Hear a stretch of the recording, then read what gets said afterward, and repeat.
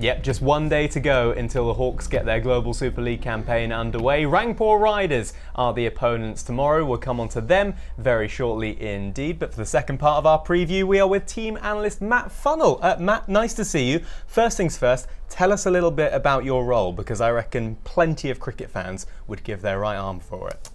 Yeah, no, I like to call myself basically just a glorified stats nerd, really. I'm looking at opposition, players and what their strengths, what their weaknesses are, how we can exploit them, maybe a little bit of ground data as well, what we can expect out of pitches and scores and etc. But yeah, mostly the opposition, and then sort of review our own performances afterwards to see where we've achieved our KPIs or maybe where we've fallen short. KPIs, what's that? Just sort of what we think is it important. Nerdy chat? Yeah. What we think is important to winning games. Each coach and each team will be different, but we have our certain indicators that we think go far to winning games of cricket. So you are essentially paid to watch cricket. Yeah, quite a lot of cricket. Yeah. What a job! Amazing job. So your job is quite computer based. I know we hear these terms, things like coding and stuff like that. So you're always looking at the numbers, and then you have a direct line to the coaches. Yeah. Obviously, this is a bit of a new experience, me being here and then being out there. But I'm sure we keep in contact quite a lot. I'll be watching live coding, which is like I say, another glorified way of saying scoring. Yeah. Right. So trying to pick up as much info as possible, and we go from there.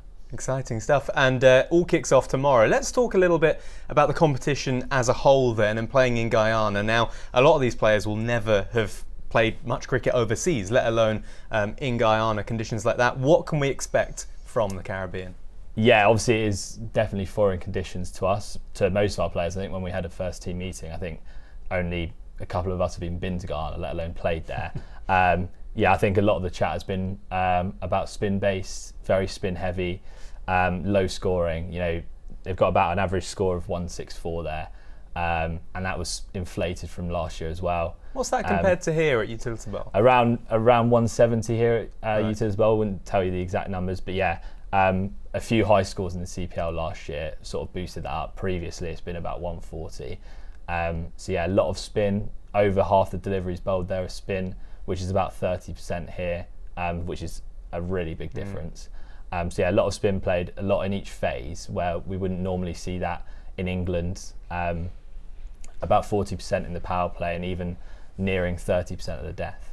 And I know spin is generally high, but bounce is generally quite low in that part of the world as well. Does that affect anything team-wise? Yeah, it's very, very high turn, but actually doesn't really turn and bounce as much. Low and slow, we like to say. Doesn't change anything necessarily for us. We might just see balls going into different areas. You're not playing different shots. They might just go in different areas. You might have to wait on it a little bit longer. But no, it doesn't change massive amounts. Okay, well, plenty to chat about as the tournament goes on. 4 opponents for Hampshire across the course of the next couple of weeks or so. We'll get into them next. Well, first up for the Hawks, they're going to have to take on the Rangpur Riders, who we know from playing over in Bangladesh, a star-studded lineup, Matt. A lot of Bangladesh players within that team, and everything seems to revolve around Nurul Hassan. What a player! Yeah, a lot of Bangladeshi internationals. They haven't had too much success recently in the BPL, but they did get to qualifiers last year. You'd like to expect that these probably aren't as foreign conditions as it might be for us. So they'll have good players with spin, they'll have good bowlers with spin. But yeah, Nurul Hassan, their captain in the BPL, doesn't lead from the front. He comes in lower order and sort of gets them into making good scores great. But he struck over 200 at the death last year, and it's not bad. Always within the game, wicket keeping as well. And he's one of the sort of more known players. So no doubt a lot of the Hawks would have seen these players on TV. But then you have someone like Stephen Taylor, who is one of their top batters. That must be where the challenge really comes in for you, right? Diving into those archives and maybe some of the games that aren't seen, or some of the players that aren't seen as much globally.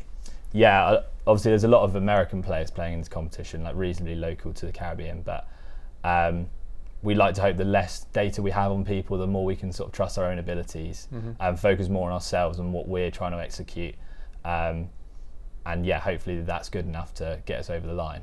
Should be really, really exciting. Big side, the Riders. Hawks then have a few days off, and then it is the turn of the Calendars. So next up for the Hawks, it is the Lahore Calendars of the Pakistan Super League. They're going to be captained by, remember the name, Carlos Brathwaite. Again, star-studded lineup. You would have thought maybe one of the favourites for this tournament? Yeah, along with the Hawks, of course. Again, similar in Pakistan, although they have a few flat wickets, they do get quite high spin over there. Although they might not have as many big names from the Pakistani team, a lot of big name overseas that I imagine will get them quite far in the tournament. And they've got someone like Tom Abel, who I know has had a fair bit of success against the Hawks in previous years. Of that success, what have you been able to determine? How's best to go about playing against him and getting him out? Yeah, well, obviously we play against Tom plenty throughout the calendar year in England, so we'll have our own plans that go towards him. We can build that up over lots and lots of years. But no, he's a quality player of spin, averages about 30 in T20 cricket, which is much better than most. So yeah, he'll be a great player out there. Interesting, you mentioned when it comes to the batting side of things, averages. Are they something you take into account much of in T20 cricket, or do you prioritise something like strike rate? Yeah, I think strike rate probably is more important.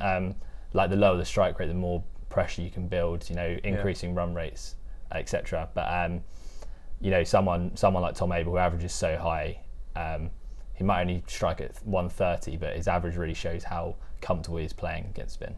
Going to be exciting to see how the Hawks get on. They have just one day after playing the Calendars, and then they take on the home heroes.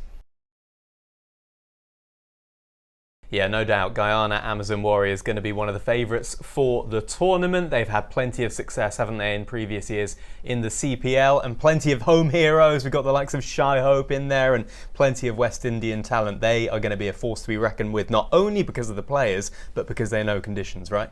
Yeah, very similar squad to what they had in CPL. They came runners-up in. They'll know the ground very well. More so with other teams, their domestic players will really take them forwards. Yeah, like you said, Shai Hope, similar to Hassan, where he's going to be in and around the game at all times, keeping, batting at the top of the order, but also world-class players like Shimron Hetmyer. He plays every single tournament, strikes at too high to even establish. Don't bother. Yeah, and then some really quality bowling in there. Gugdesh Moti's been doing really well for the West Indies recently.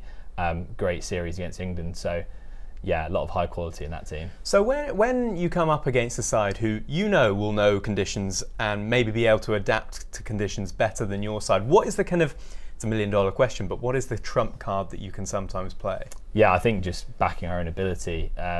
We've beaten high quality teams in England, so there's no reason why we can't do that in the Caribbean. So yeah, we stick to our own processes. Like we said before, we focus as much on the opposition as we do ourselves.